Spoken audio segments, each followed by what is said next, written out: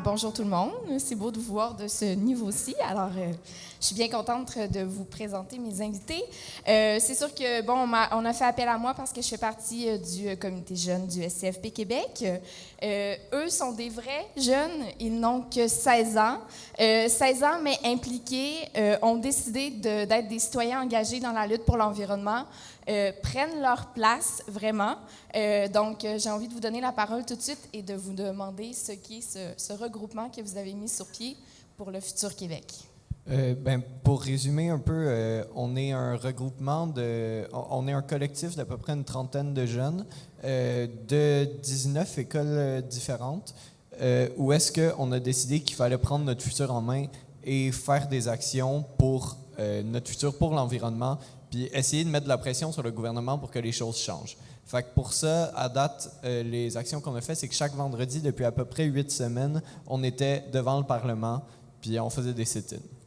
On a réalisé assez rapidement que les générations nous précédentes n'avaient pas réalisé l'ampleur des catastrophes qui allaient être liées au changement climatique.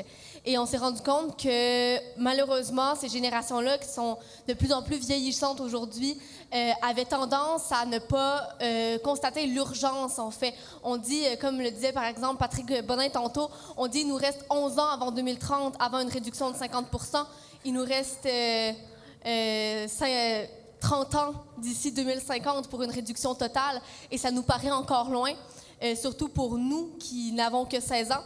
Mais si on regarde, par exemple, dans la vie de la plupart des personnes ici dans la salle, 11 ans, c'est une petite proportion d'une vie humaine. 11 ans, c'est pas beaucoup, et on a réalisé que si c'était pas nous qui prenions les rênes, ben ça allait pas se faire.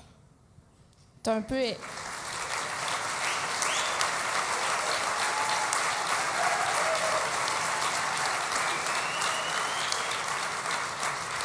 Tu l'as un peu effleuré là, dans ta réponse, mais on l'a vu dans l'actualité, là, c'était partout sur la planète, ça faisait les manchettes, tous ces enjeux environnementaux-là. Respectivement, est-ce qu'il y a eu vraiment un élément déclencheur, quelque chose qui a été un peu là, le petit coup de pied pour vous donner envie là, de vous investir à fond dans ce mouvement-là? Depuis toujours, je suis éco-anxieuse. Donc, quand j'étais petite, j'avais pas peur des monstres, j'avais peur des autos. C'était une peur irrationnelle. Au début, je comprenais pas, mais je me faisais dire dans la cour d'école que dans 60 ans, il y aurait plus de neige en hiver. Et très, très jeune, ça a commencé à m'animer, cette peur-là, cette anxiété-là. Et dans ma famille aussi, l'environnement est une très, très grande valeur. Donc, on a toujours essayé de faire notre part aussi de notre côté. Et de voir cette date, ce point de non-retour qui se rapprochait dangereusement, de voir aussi le mouvement de Greta Thunberg en Europe qui se soulevait, de voir qu'il y avait des jeunes un peu partout qui avaient une réelle envie de faire une différence, puis une réelle envie un petit peu de faire perdurer la faune, la flore et même notre propre espèce au-delà des 50 prochaines années. Ça m'a donné envie, moi aussi, de me soulever parce que je ne pouvais pas regarder ça se passer, regarder notre environnement se désagréger sans agir. Et le point déclencheur de mon engagement, en fait, de ce printemps a été plus précisément, justement, le 15 mars dernier, lors de la manifestation mondiale, où je me suis dit, ben maintenant, ça se passe et ça va continuer de se passer. Ça ressemble un peu à ça pour moi aussi. En fait, de la même manière, j'ai toujours été élevé en me faisant dire que on fonçait dans le mur. Puis quand il y a eu la grosse manifestation, la grève mondiale du 15 mars, je me suis dit, là, ça n'a pas de bon sens, il faut que je vais choisir du bord que je suis. Je ne vais pas faire partie des gens qui vont juste regarder ce qui se passe en se disant ouais, c'est cool que des gens se soulèvent. Fallait que je fasse partie des gens qui se soulèvent parce que si tout le monde reste de son bord en se disant que c'est cool qu'il y ait du monde qui se soulève, il n'y aura jamais assez de gens pour qu'on fasse un réel changement. Il faut transformer notre anxiété en action. Tu dis qu'il faut transformer notre anxiété en action, mais ces actions-là, ça vous prend du temps. Donc, vous êtes ici, Benoît l'a dit, vous manquez de l'école pour être avec nous. Moi, je suis curieuse de savoir comment c'est reçu dans vos établissements scolaires. Et je sais, là, on en a discuté un peu au préalable, vous n'avez pas du tout la même réalité là, dans vos deux écoles. Moi, c'est pas compliqué. Mes enseignants me supportent, la direction m'en a jamais parlé.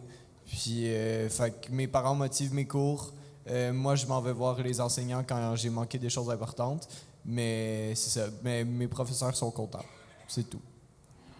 Moi, je fréquente une école de centre-ville et donc j'ai une réalité totalement différente de celle de Maëlle, en fait. On a une direction qui nous supporte totalement, une direction qui est même prête à faire de la publicité à l'intérieur de l'école pour que les jeunes se présentent aux sit-ins, aux manifestations les vendredis après-midi. On a des institutions qui se créent à l'intérieur de l'école, des professeurs bénévoles qui sont prêts à supporter les étudiants militants, justement, dans cette compréhension d'urgence qu'il y a d'agir. Des enseignants aussi qui tournent leurs cours vers un angle beaucoup plus écologique, beaucoup plus environnemental, surtout, par exemple, dans les cours de monde contemporain ou dans les cours d'histoire, pour nous faire voir un angle, d'un angle environnemental, d'un angle planétaire, ce qui se passe aujourd'hui.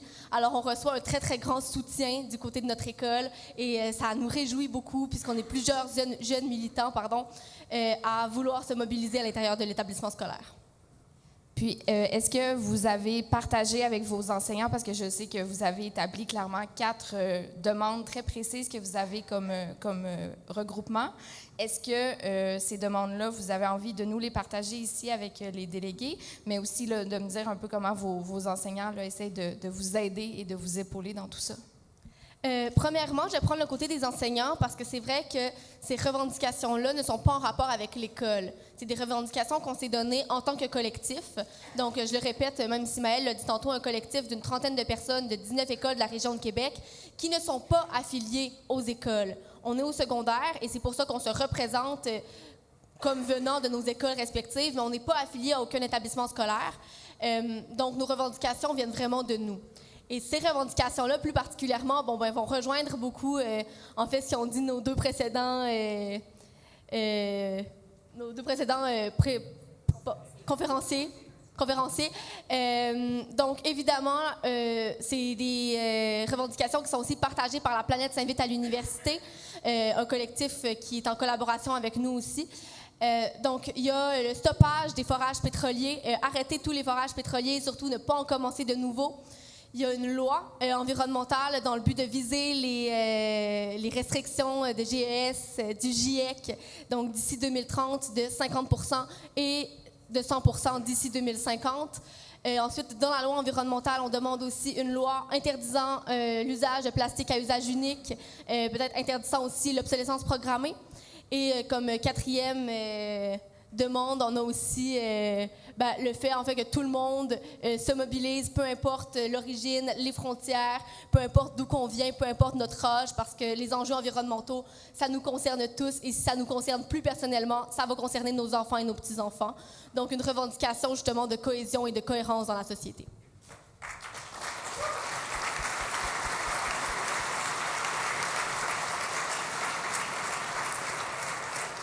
Quand on revendique de la sorte, on s'adresse à quelqu'un, donc souvent le gouvernement. Donc, j'en déduis sur qui vous mettez de la pression et est-ce que vous avez aussi par le fait même obtenu des appuis de certaines personnes? On a des appuis de Québec solidaire au provincial, ce qui n'est pas très surprenant puisqu'ils se préoccupent beaucoup de l'environnement.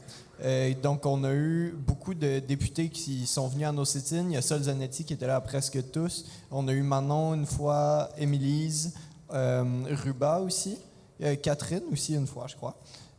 Donc, c'est ça. Puis du côté du fédéral, on a le Parti vert qui ont toujours un représentant à chacun de nos sit-ins. Au niveau des autres partis, il n'y a eu aucune réponse, aucune nouvelle. Il y a La Planète s'invite qui a réussi à avoir une rencontre avec le ministre de l'Environnement. Cette rencontre-là n'a rien donné. Voilà. On tient à mentionner aussi qu'on a des appuis du Parti vert, des appuis de Québec solidaire, mais en tant que collectif, on n'est pas partisan. Alors, s'il y a des militants de la CAQ, du PQ, des libéraux ou même des partisans, je ne sais pas, des conservateurs fédéraux qui, pour eux, c'est important l'environnement, on ne sait jamais, ils sont invités à se joindre à nous aussi.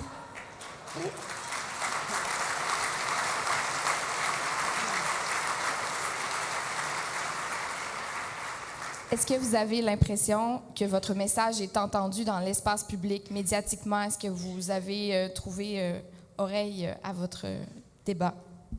C'est sûr qu'on a une couverture médiatique. On n'a pas une grosse couverture médiatique, mais on en a quand même une, ce qui se prouve du fait qu'on soit là aujourd'hui en ce moment. On a eu 2 entrevues à la radio, on a eu quelques petits articles aussi, mais on n'a toujours pas une couverture des gros médias. À part, on a eu un petit peu de contact avec Le Soleil, mais toutes les autres, on n'a jamais eu de contact. Donc, on a une petite couverture médiatique. C'est toujours pas ce qu'on veut. On n'est toujours pas au niveau désiré, mais ça s'en vient. On sent aussi que lorsqu'on a une tribune, les gens sont réceptifs.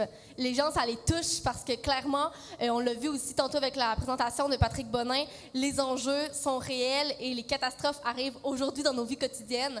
Alors, on sait que ça rejoint les gens aussi via les réseaux sociaux. Donc, par exemple, notre page Facebook et Instagram que vous pouvez aller suivre dès maintenant sous le nom de Pour le futur Québec. Alors, on ressent une vraie réponse, en fait, de la part des personnes qui ont réussi à rejoindre de ce côté-là. Quand je vous écoute et vous regarde, moi, si j'avais 16 ans, je serais très fière de faire ce que vous faites en ce moment et de militer de la sorte. Mais vous, de votre côté, dans votre perspective, qu'est-ce qui vous rend le plus fier depuis que vous avez mis sur pied ce mouvement-là? Je vais commencer à répondre. Je pense que ce qui nous rend le plus fiers, on l'a quand même mentionné plus tôt depuis tantôt, on a fait plusieurs sit-ins, en fait, à chaque vendredi devant l'Assemblée nationale. On a eu des députés qui sont venus nous appuyer et il y avait une certaine régularité. Donc, les gens, avec le temps, savaient, il y a des jeunes, chaque vendredi, qui sont à 13h à l'Assemblée nationale, qui ne lâchent pas, beau temps, mauvais temps. Ça me rend extrêmement fière d'avoir pu créer cette opportunité-là pour les gens de venir de façon régulière manifester leur mécontentement face au manque d'action politique, pour ne pas dire la totale inaction. Alors, on est très, très fiers que ça se passe. Demain, à 13h, devant le Parlement, on va partir une marche, donc qui est la première vraie manifestation organisée uniquement par le collectif Pour le futur Québec. Une marche, on attend peut-être plusieurs centaines de personnes quand même. On a eu plus d'1 millier d'intéressés sur notre événement. Et ça nous rend fiers parce qu'on sent qu'il y a une gradation un peu dans les événements qu'on fait. On sent qu'il y a de plus en plus un intérêt de la population, une connaissance de la population aussi de ce qui se passe. Moi, c'est ça qui me rend fière, de savoir qu'on est sur une bonne lancée et l'apogée n'est pas du tout atteinte et on va l'atteindre un jour. Pour aller dans le moins concret, ce qui me rend le plus fier, c'est de parler avec des gens qui me disent qu'on leur redonne de l'espoir. L'espoir qu'ils avaient perdu puis qui pensaient que ça ne servait plus à rien, mais que de nous voir faire des choses et faire des actions, ça leur donne l'impression qu'on va réussir. Penser qu'on réussit à avoir une influence sur des gens puis que ce qu'on fait en ce moment, c'est peut-être une petite flamme pour l'instant, mais que ça va pouvoir déclencher un plus gros incendie. C'est peut-être une mauvaise métaphore parce qu'on veut sauver la planète, mais ouais. Feu de joie. Un feu de joie, un plus gros feu de joie, un gentil feu qui vient faire des câlins. Mais c'est ça. Penser qu'on a une réelle influence puis qu'on donne de l'espoir, c'est ce qui personnellement me rend le plus fier.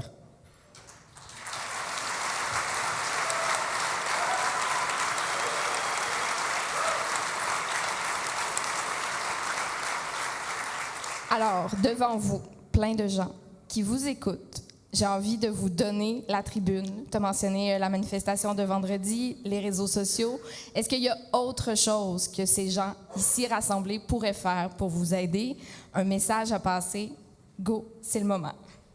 Encore une fois, c'est surtout de nous suivre puis de regarder ce qu'on fait et d'essayer, si vous êtes présents, surtout sur Facebook, de partager ce qu'on fait.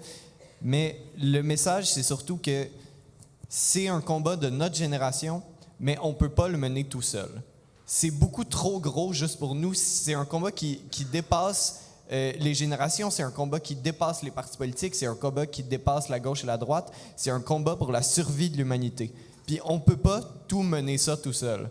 Alors on a besoin de vous, on a besoin de tout le monde qui vienne nous rejoindre, qui fasse ça avec nous, parce que c'est pas pour le futur Québec qui va changer les choses, c'est le peuple qui va changer les choses.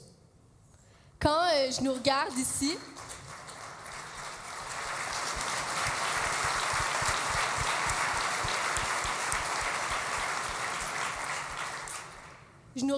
en train de discuter d'environnement. Je regarde à l'Assemblée nationale quand ils sont parfois en train de parler d'environnement. J'imagine, peut-être, qui sait, encore une fois. Je regarde les rassemblements humains qui se créent autour de nous. Je regarde les manifestations qui se créent autour du monde. Et j'ai l'impression, une réelle impression, et peut-être que je suis naïve ou utopiste, peut-être, mais j'ai une réelle impression qu'en ce moment, les gens réalisent enfin ce qui se passe et réalisent l'importance que chaque individu peut avoir dans cette lutte. Donc, la lutte environnementale, et là, je reprends un peu les mots de la simplicité volontaire, ça se passe sur 3 étages. Ça se passe à l'étage individuel, ça se passe à l'étage communautaire et ça se passe à l'étage politique. Et à mon avis, des gens qui se retrouvent ensemble dans la rue, des gens qui se retrouvent ensemble pour aller voter à une élection ou à un référendum, des gens qui se retrouvent ensemble pour lutter, pour discuter. C'est toujours des gens qui se retrouvent ensemble en regardant dans la même direction, en ayant un but commun, en ayant un avenir commun. Et c'est cet avenir-là qui, ensemble, peu importe, c'est pas parce qu'on a 16 ans que l'avenir nous appartient davantage qu'à vous. Peu importe qui est ici, qui est chez vous, à votre maison, peu importe qui est dans votre entourage, on est tous ensemble pour se tenir la main parce que de toute façon, 2030, on va tous le vivre et on va tous le vivre ensemble.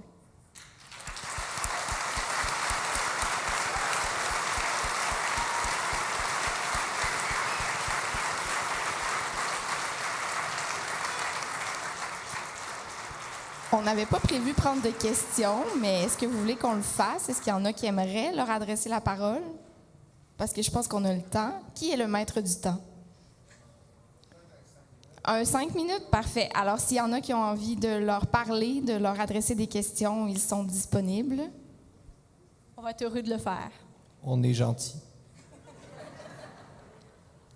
Christian Bisson, Conseil provincial des affaires sociales. Wow!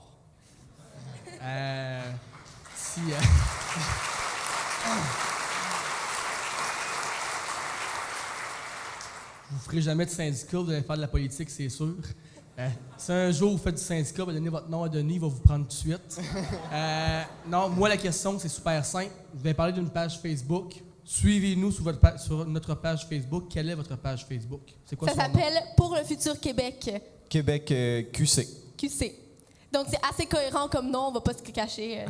Un gros merci. Lâchez pas, vous êtes malade. Merci beaucoup. Merci beaucoup. Lâche pas toi non plus. Moi, ça ressemblait beaucoup à ça, la question. C'est que si vous voyez, là, moi j'ai vos noms, là. Alors, si vous voyez une demande d'amitié d'un vieux là, qui a les cheveux blancs, là, acceptez, s'il vous plaît, parce que je veux vous suivre. Aucun problème. Merci, on va accepter. Monsieur au micro numéro 2. Bonjour, Benoît Odette, section locale 429. Félicitations pour votre implication. Moi, l'environnement, c'est quelque chose qui me tient à cœur depuis longtemps. Il y a 35 ans, je travaillais à Hydro-Québec dans le 2000. J'ai participé à un programme d'économie d'énergie où on remplaçait le chauffage au mazout par le biénergie, qui est donc en partie électrique. Puis aujourd'hui, je pense que les Québécois ont démontré que c'était à cœur, même si on n'a peut-être pas assez fait, notre génération, mais on en a quand même fait des bouts. Il nous reste à vous soutenir pour que ça s'améliore et que ça soit encore mieux.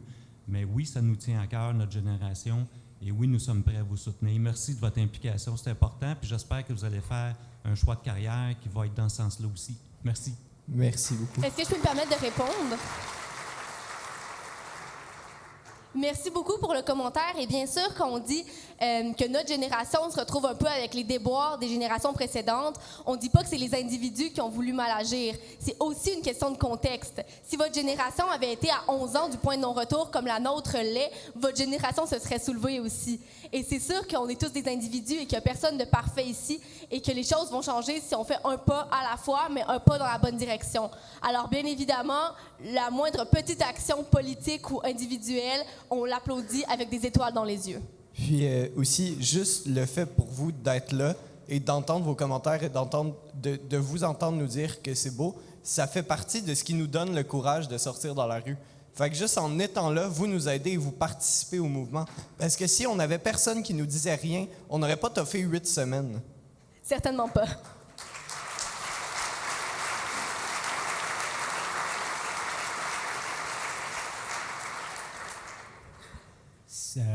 Emmanuel Patola, SFP 1500. Mon commentaire que je voulais vous adresser, moi j'ai suivi beaucoup et participé un petit peu aussi au mouvement étudiant en 2012. Ce qu'on a observé en 2012, il y a eu, on a entendu parler et vu beaucoup les étudiants, ça a brassé quand même beaucoup. Mais la mobilisation qui a mené à 2012 a été beaucoup plus longue. Ça avait commencé quelques années avant, environ 3 ou 4 années avant de mener à 2012. Et quand je vous regarde aller, ce que Greta a parti en Europe et ce qui est maintenant rendu global, bien, ça ressemble un peu à ça. Et ça prend parfois, avant de lever comme il faut, plusieurs années. Donc, découragez-vous pas. Merci. Beaucoup. Puis un mot, réseaux sociaux. C'est pour ça que ça part plus rapidement puis que ça va aussi vite. C'est parce qu'on a les réseaux sociaux. Ben, je vais y aller avec l'alternance homme-femme. Allons-y avec madame. C'est beau. Oui. Alors, Louisa Cordero, présidente du syndicat des employés étudiants de l'Université du Québec à Montréal. Moi, je n'ai pas de questions. Je veux juste vous dire qu'en vous écoutant parler, j'ai eu envie de pleurer. Vraiment parce que j'étais émue de voir à quel point vous étiez beau, vous étiez engagé, vous étiez articulé et intelligent. Ça m'a donné une bouffée d'espoir pour l'avenir, là, incroyable. Donc, je sais que vous n'êtes pas seul, il y en a plein comme vous, mais vraiment, vous m'avez impressionné, puis je voulais le partager avec vous. Donc, merci pour ce que vous faites. Merci beaucoup. Merci. Dernière question. Yannick Proulx, conseiller syndical. Écoutez, j'ai 41 ans, puis vous en avez 16, puis je m'exprime pas encore aussi bien que vous. Fait que Merci beaucoup. Je vous félicite vraiment pour le travail que vous faites. Puis écoutez, on a clairement, à vous écouter, je réalise, j'ai 2 filles, une de 12 ans, une de 9 ans, puis je me rends compte que je les entends à travers vous. Elles n'en ont pas encore conscience, mais c'est grâce à vous, c'est grâce à votre travail que toutes nous autres, puis tout ce qui s'en vient, on va peut-être finir par comprendre que c'est le temps que ça change. Puis je vous remercie énormément pour tout ce que vous faites. Vous êtes beau, vous êtes intelligent. Lâchez pas. Et c'est grâce à vos commentaires qu'on arrive à se soulever puis à continuer de faire ce qu'on fait. Merci infiniment. Benoît Bouchard, secrétaire général du SFP Québec. Le début de l'après-midi était un petit peu décourageant, mais là, je pense qu'on est encouragé. Merci d'être là. Merci d'être là pour un bout de travail qu'on n'a peut-être pas fait de notre côté. On va s'assurer d'être avec vous autres pour le reste du combat. Demain, 13h, ces jeunes-là vont être à l'extérieur. À la fontaine de Tourny. À la fontaine de Tourny. Ça fait qu'on devrait finir à ce moment-là. Ceux qui peuvent aller leur dire un petit bonjour, c'est encourageant. Puis, je me demande ce que vous faites à tous les vendredis, en avant du Parlement. C'est pas en avant que vous devriez être, c'est au Parlement. Quand ils nous ouvriront la porte.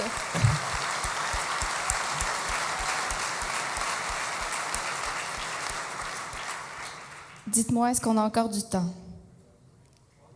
Il y a un monsieur puis il y a madame là. Parfait. Donc, les 2 derniers commentaires. Micro 2. Micro 2, bon. En fait, ça rejoint un petit peu ce que monsieur vient de dire. Félicitations. Mon nom est Jean-Pierre Guay, président du syndicat des chauffeurs de la Société de transport de Sherbrooke. Juste vous féliciter. C'est encourageant de voir des jeunes qui s'occupent de ce que vous faites. En fait, c'est vraiment motivant pour nous, les plus vieux. Et puis, juste le commentaire que je voulais faire, c'est que si on avait des gens aussi brillants et intelligents comme vous êtes, on n'aura pas besoin de syndicats parce qu'on aurait du monde intelligent qui sont à Québec et à Ottawa. Merci encore une fois. Merci. Salut. Ah oui, OK, ça fonctionne. Je vais ajouter ça. Salut, Caroline du SCP 3624. Je suis déléguée pour Cogeco. En fait, moi, j'avais une question. J'ai vu le groupe Facebook qui était à Québec. Il y en a un autre aussi à Montréal. Mais comment on peut faire pour aller chercher des gens qui ne sont pas en grande ville encore? Parce que je connais beaucoup d'écoles secondaires qui n'ont pas de mouvement comme ça. Puis ce serait peut-être intéressant de réussir à aller les chercher, en fait. C'est une extrêmement bonne question. Mais justement, dans le futur, je sais que pour certaines des grandes manifestations, il y a des navettes qui sont parties, notamment pour celle du 21 avril. 22 avril, j'ai jamais la bonne date pour celle-là. Il y a des navettes qui partaient de plusieurs villes un peu plus loin, un peu partout. Il y a aussi le 15 mars, lors de la grève globale, dans certaines plus petites villes, il y a eu des manifestations. Il y en a eu à Gaspé, il y en a eu à Sherbrooke. Sherbrooke qui est quand même gros, c'est pas comme Gaspé, mais il y en a eu dans des plus petites villes. Mais comment on pourrait tous les rejoindre puis toutes les mettre ensemble? Ça va passer par les réseaux sociaux, encore une fois. Le collectif est en discussion en ce moment aussi pour savoir comment est-ce que, sachant que Maëlle et moi sommes en secondaire 5 et que nous ne sommes pas les seuls à être en secondaire 5, comment faire pour renouveler un petit peu la flamme aussi au secondaire dans les années prochaines. Et on avait pensé à peut-être faire une rencontre nationale une fois par mois ou aux 2 mois où les personnes qui veulent être représentants dans les régions pourraient se présenter donc une fois à ce moment-là dans les grandes villes, plus comme Québec et Montréal, qui serait peut-être un point de convergence, mais pas du tout un point d'exclusivité à la lutte. On s'entend là-dessus. Et on réfléchit sur cette question-là quotidiennement. C'est une méchante bonne question qu'on se pose nous aussi. Merci beaucoup pour la question.